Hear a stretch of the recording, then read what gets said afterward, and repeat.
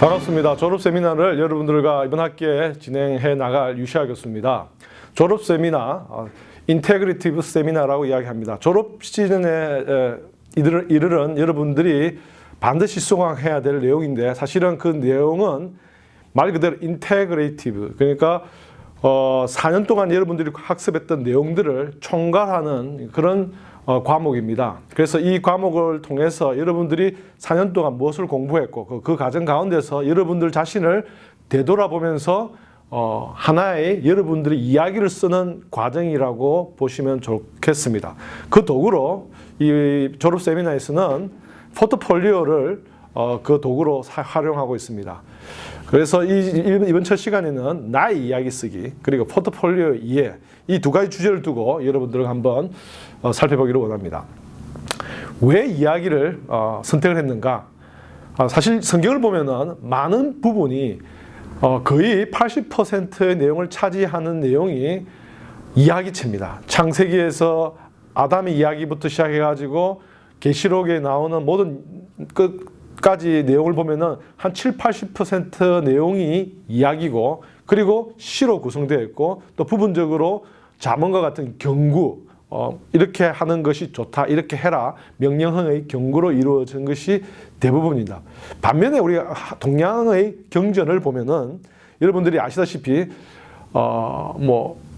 논어라든지 중용이라든지 아니면 불경의 여러 가지 내용을 보면은 대부분이 경구로 이루어졌어요. 이것이 좋다, 이것이 진리다, 이것을 해라, 이것을 하지 말라, 이것이 지혜다, 이런 식으로 되어 있는 것이 일부 보편적인 경전입니다. 그런데 우리 성경은 이렇게 무엇을 해라, 하지 말라는 내용보다는 오히려 스토리로 구성되어 있다는 특징을 가지고 있습니다. 왜 그럴까 한번 생각해 보신 적 있습니까? 사실은 이 이야기 안에는 상당한 파워를 가지고 있습니다.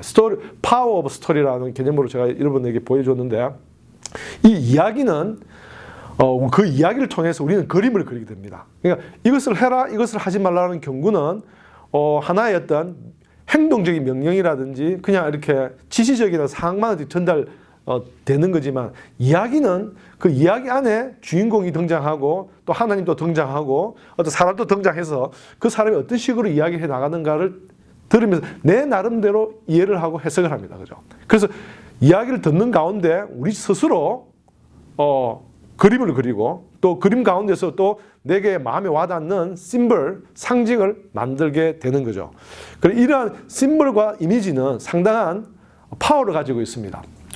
우리가 뇌과학자들이 또 많은 교육학자, 교육심리학자들이 통해서 내용을 보면은 어떤 이미지는 형상을 만들어낸다고 합니다. 그리고 형상을 통해서 그 형상을 보고 사람은 어떤 이상한 능력을 가지고 있다고 이야기할 수 있겠죠.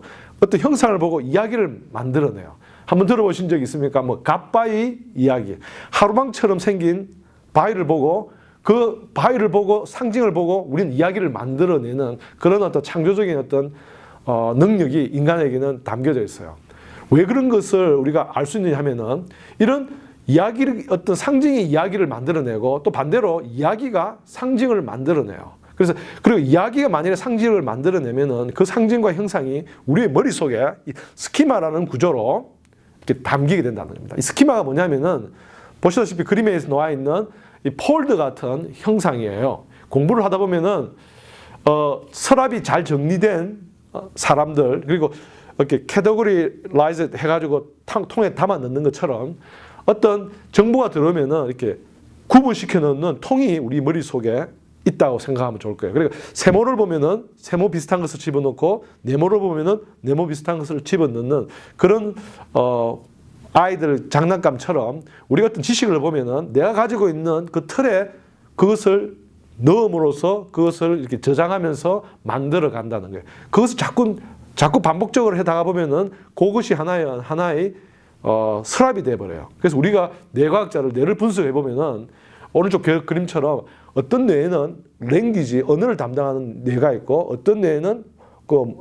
활동, 그리고 사회적 기능을 하는 뇌, 이렇게 부분적으로 구분되어 있는 뇌가, 사실은 그 부분에 뇌의 주름 속에 스키마라는 것이 장착되어 있다는 거예요. 그래서 이런 것은 사실 뇌과학적으로 설명했지만은 하나님이 우리한테 이야기를 하고 사람이 또 이야기를 할 때 이 이야기에서는 여러 가지 어떤 그림이 형상화되어 가지고 우리의 내리 속에 박히면은 그것이 또 다시 연결되어서 새로운 이야기를 만들어낸다는 거예요.